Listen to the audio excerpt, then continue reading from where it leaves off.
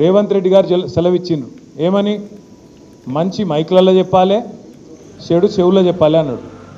నేను రేవంత్ రెడ్డి గారికి చెప్పేది ఏంటంటే, మంచి మైకులో చెబుదామంటే ఫస్ట్ నువ్వు చేసిన మంచి అయితే లేదు, రెండోది మైకులో చెబుదామంటే కరెంట్ కట్ అవుతుంది.